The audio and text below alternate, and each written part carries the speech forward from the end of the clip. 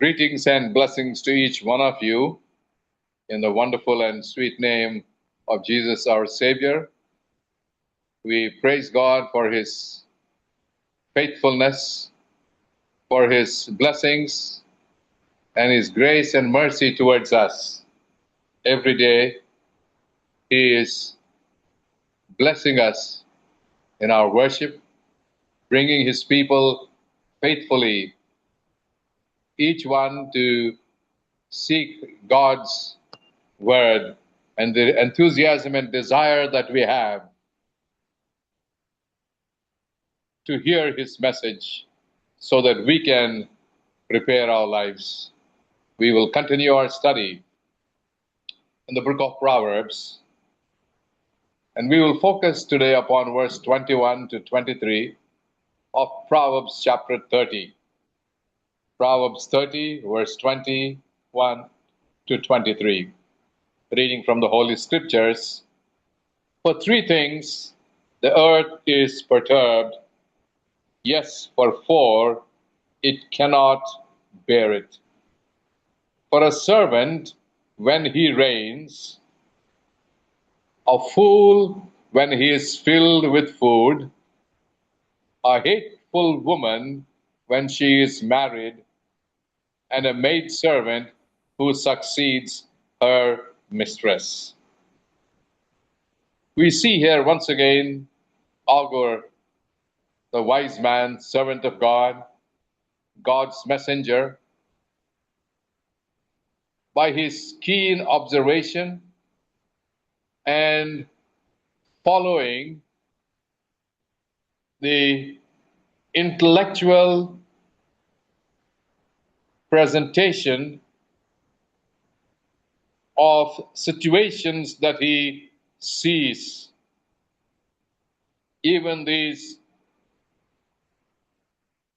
very delicate, yet not so obvious, but he is able to see and examine things, and he describes to us these events and tells us the dangers of such situations.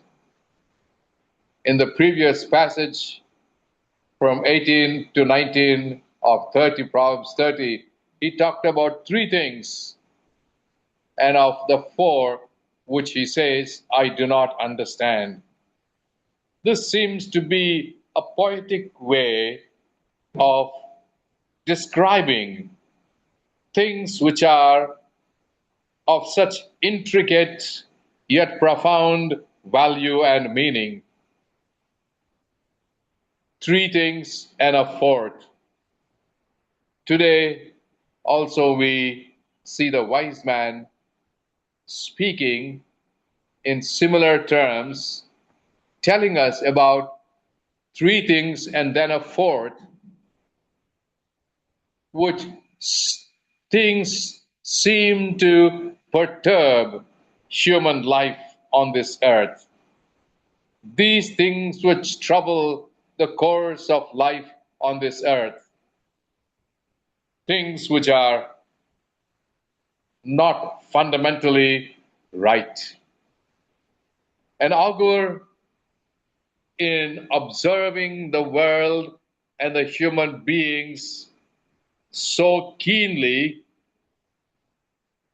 he brings our attention to such situations so that we, looking at these, are not to be disturbed. For these occasions where the natural course of life seems to be going in a reverse order, and such can bring about disruption to what is happening around in society.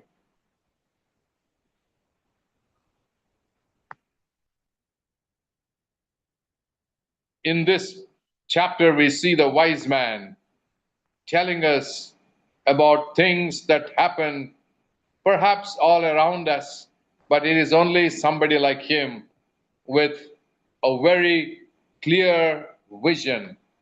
He is able to see and describe such societal disorders, which may even cause the world to go upside down.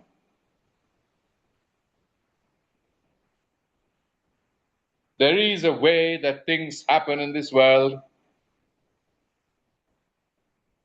and following the right pattern and the course of events, we see them heading to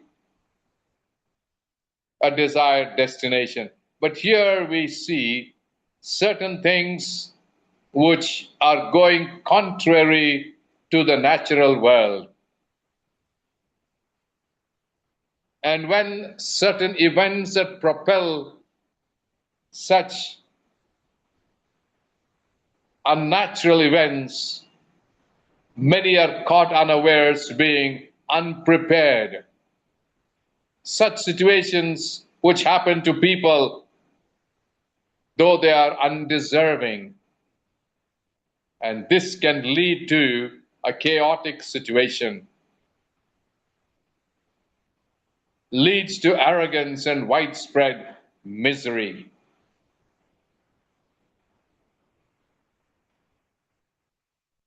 And so here, the wise man is telling about these things that happen on this earth, these which we see happen contrary to nature, and he calls our attention to these.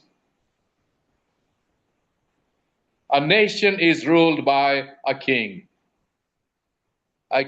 who comes from a family, who are equipped perhaps to lead a nation.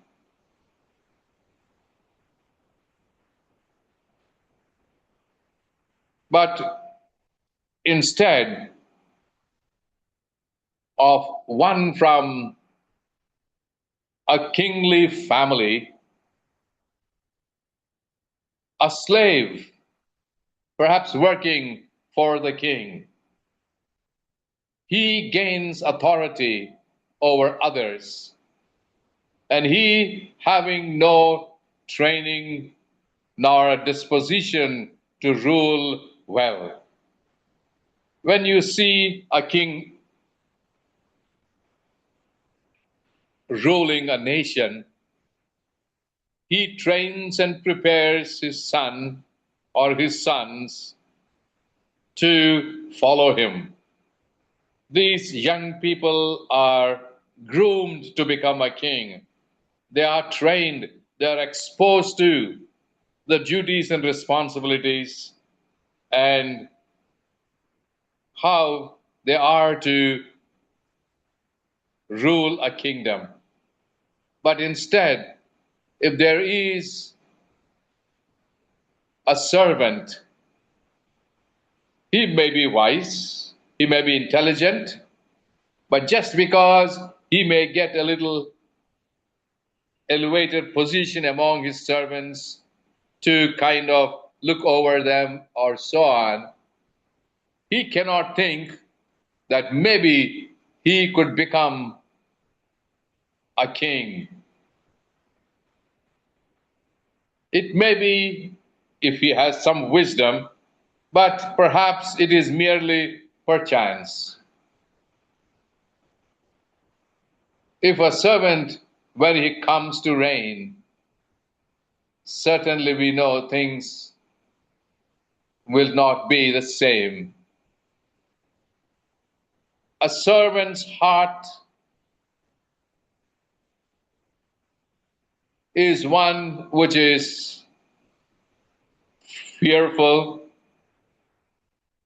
somebody who has been only at the lower levels of strata of life, lived all his life as a slave, but now beyond freedom, he is exalted to rulership.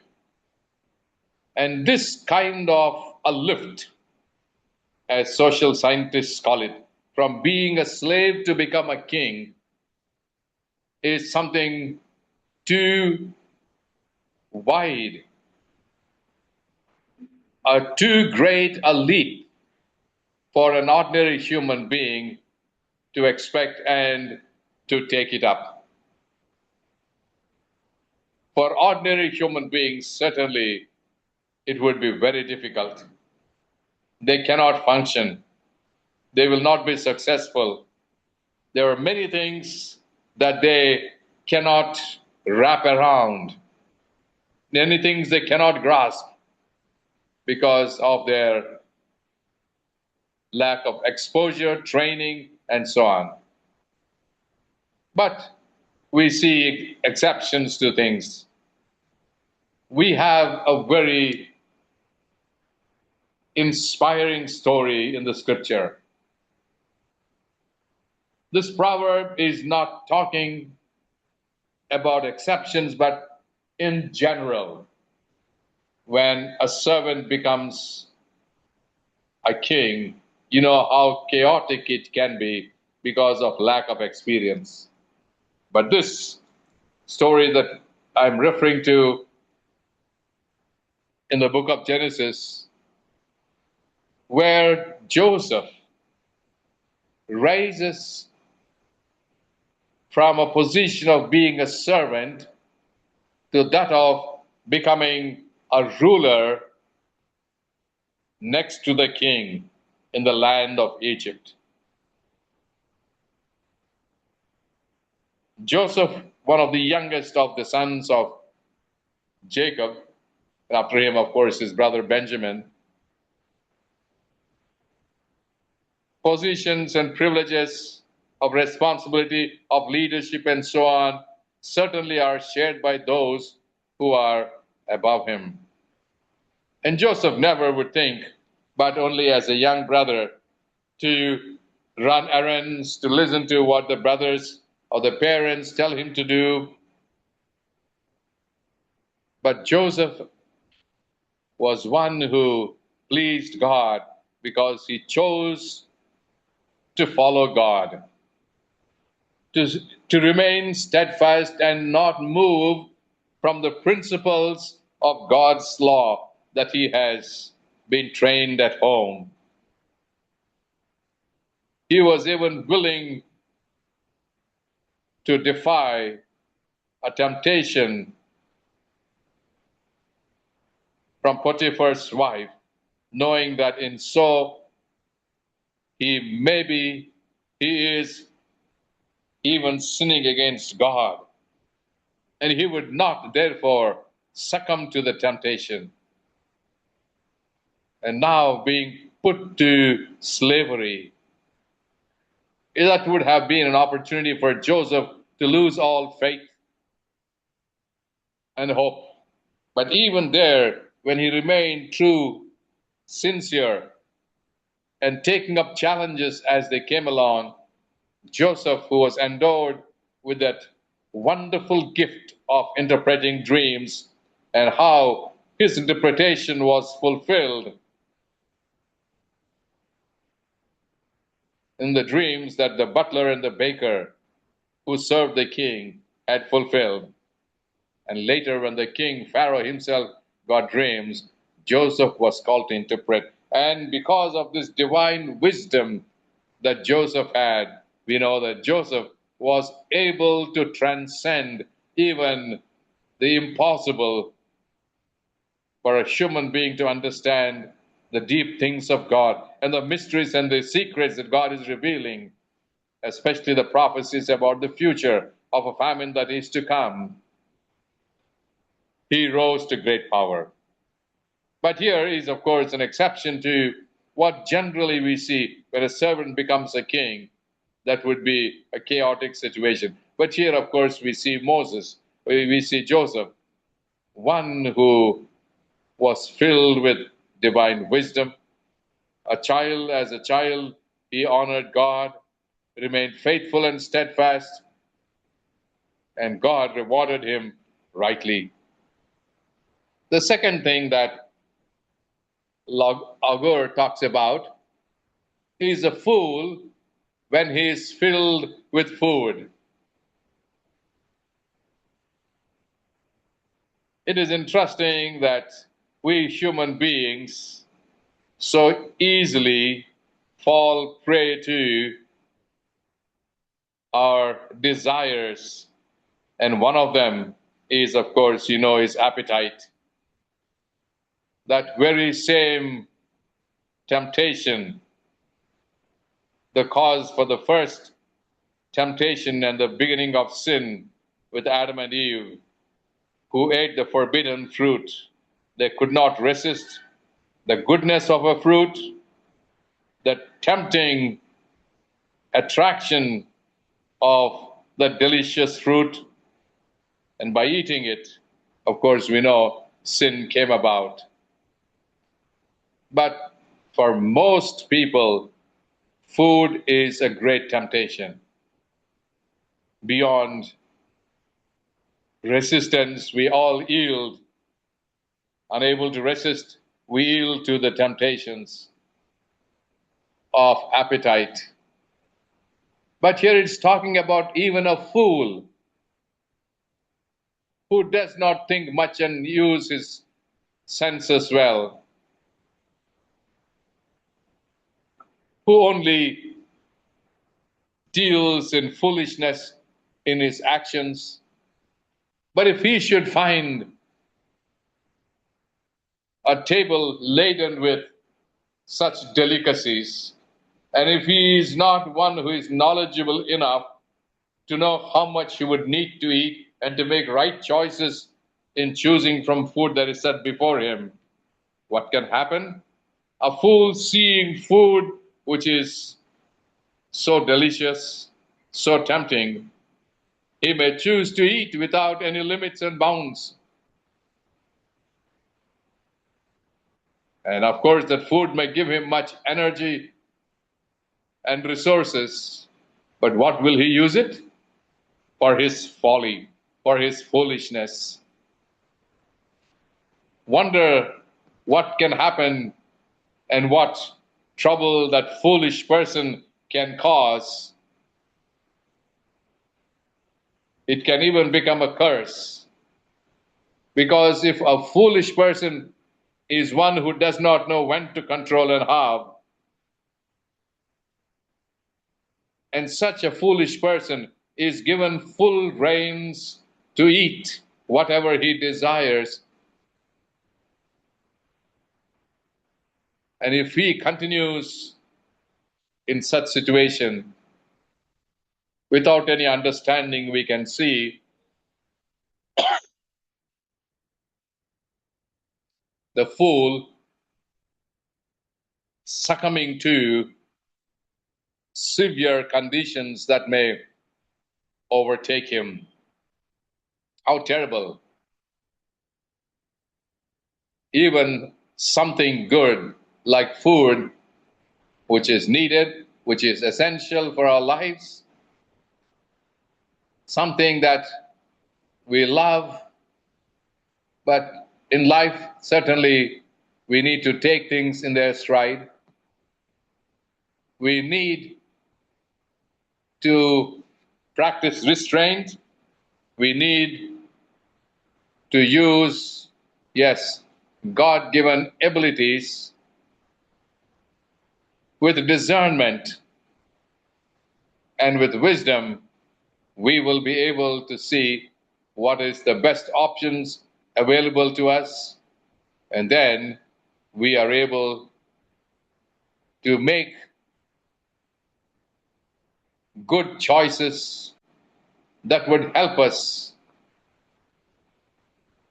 to live a normal, happy, and contented life.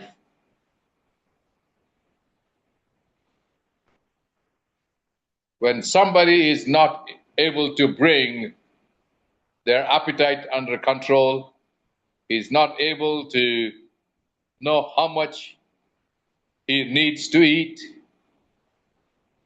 and finally, he may end up even being a greater fool For a fool needs to be brought in line with the boundaries within which he could operate. Thus, he may come to his normal senses. But if he is let out in freedom, certainly such person who lacks good sense of judgment and seeing all such wonderful things, unable to control himself, he may actually end up even increasing in his foolish acts. And so the caution to us, be careful when you are dealing with a fool. Don't let him have full choice, because he is not able to make wise judgments. The third thing that the wise man talks about is about a hateful woman when she is married. Well, it is God's good intention that human beings, male and female, are made in such a way that they could, at the appointed time, be united in marriage. That is God's plan. But here you have a woman who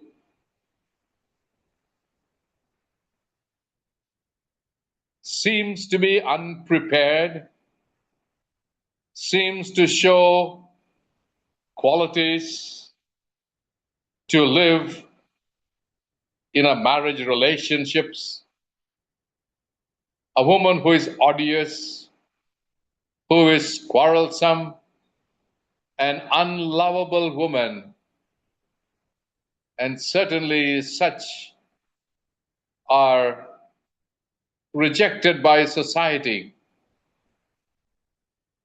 Opposite to this hateful woman is a prudent wife. And we have seen Solomon, the wise man, too, talks about such a prudent woman. And we will talk about this also in the next chapter. But this woman is one who least qualifies to enter into any such marriage relationships. A person who seems to be unbalanced in her life, in her relationships, in her dealings with her fellow human beings. One who doesn't seem to be prepared and fit for a marriage alliance. An unloved woman.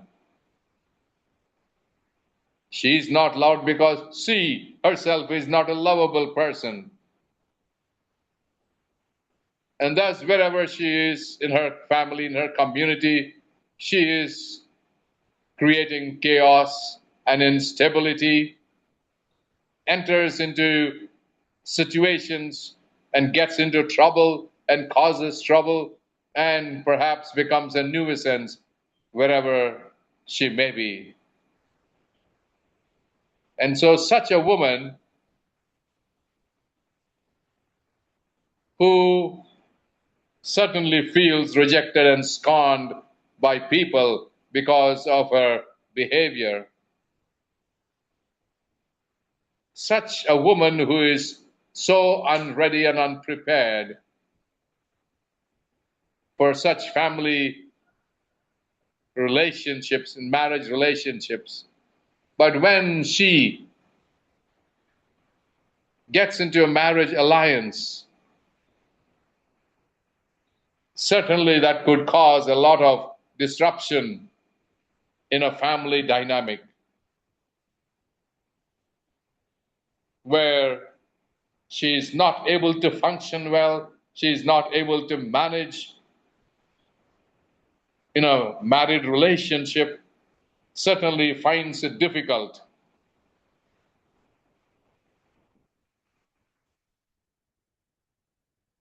When something that happens outside the norm of life, and then you enter into trouble. But then let's remember also that we are not categorizing everyone, but there are certainly good exceptions that we may see. And especially in the scriptures, we find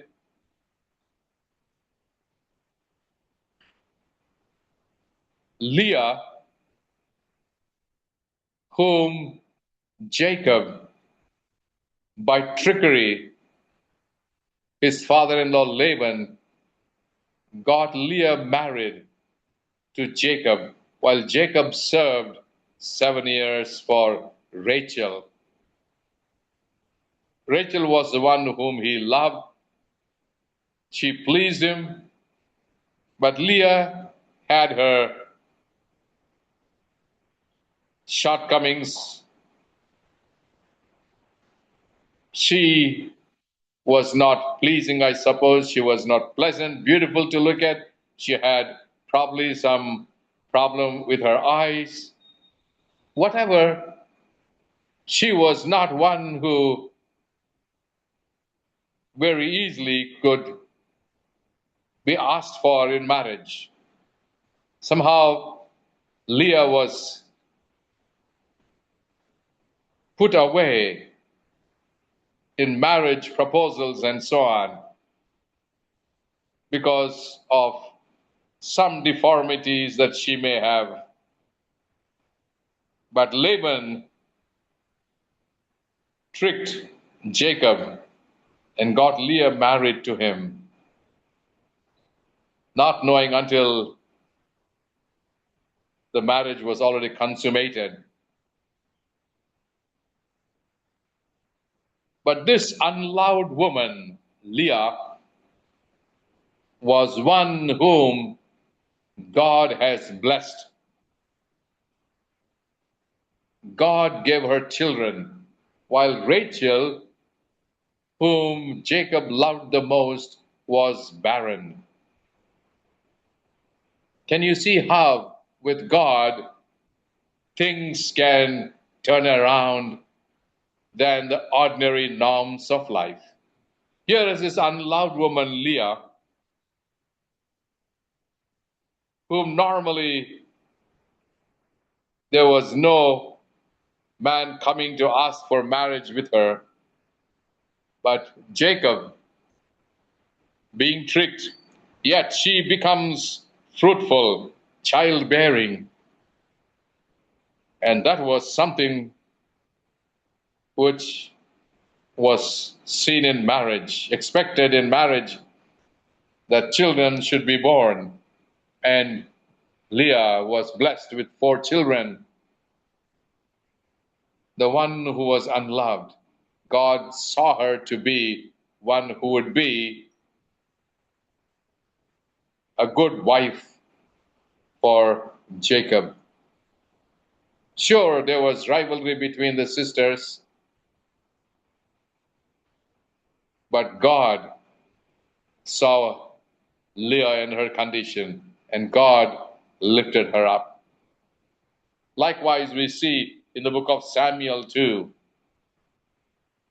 Elkanah, who had a wife, Hannah, who was barren, and therefore he married a second wife, Peninnah.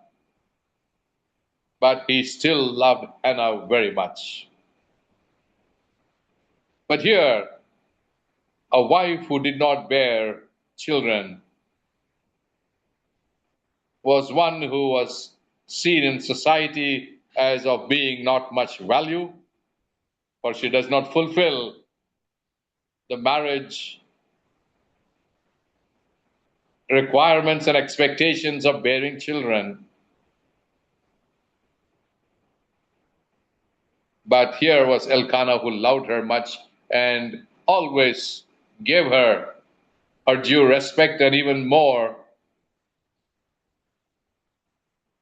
though Penina did much to trouble her, to provoke her, and to irritate her.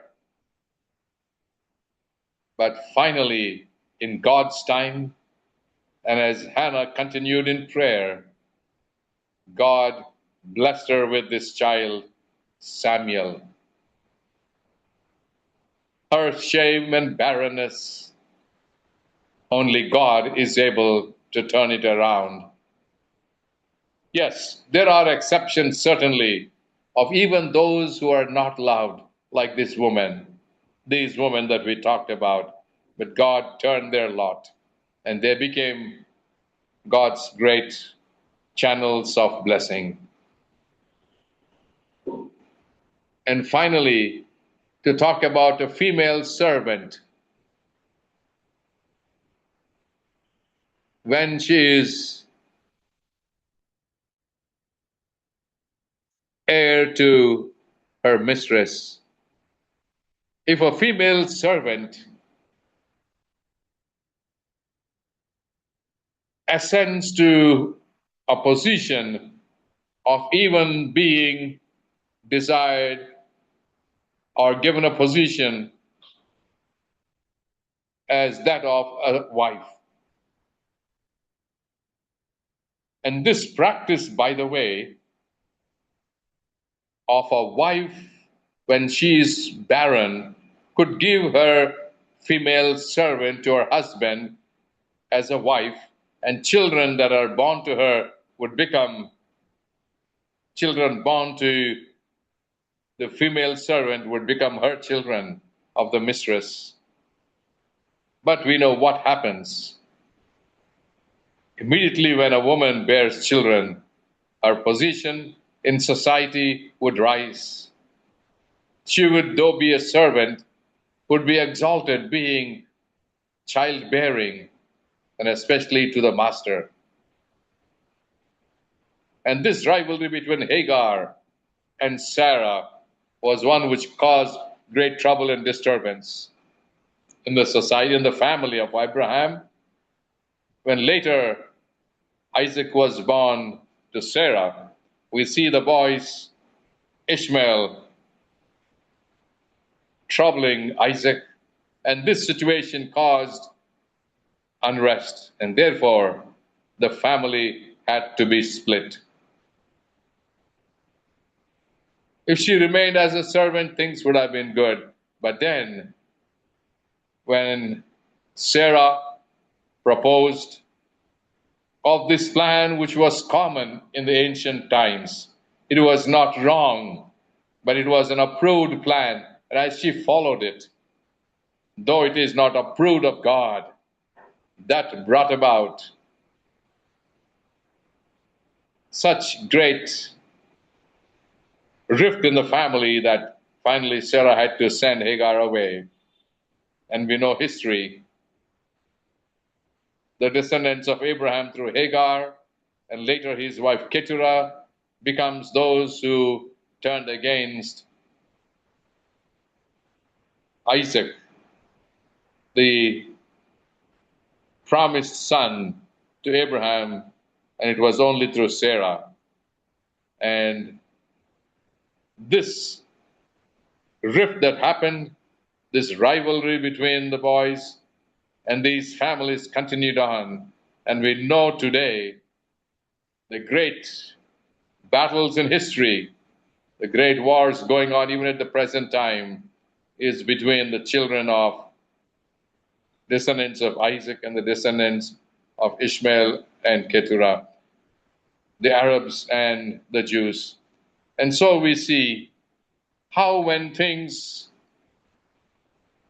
do not go in the way of God's intention or the norm in society, when things take turn from the norm, such chaotic, adverse situations will arise. This, in a way, is telling us how, when things go contrary to the norms, these can cause severe problematic situations. Therefore, when you look at the world and when you see how things are to happen, we should let them happen until God intervenes and makes changes. This is teaching us about the way how we look at the world and how things are happening. And we see things, we will find out how we should live and how we should follow God's instructions. May God bless each one today as we looked at these wonderful observations of Agur the wise man so that we can learn rich lessons and be blessed. God bless you and have a wonderful day. Amen. Amen.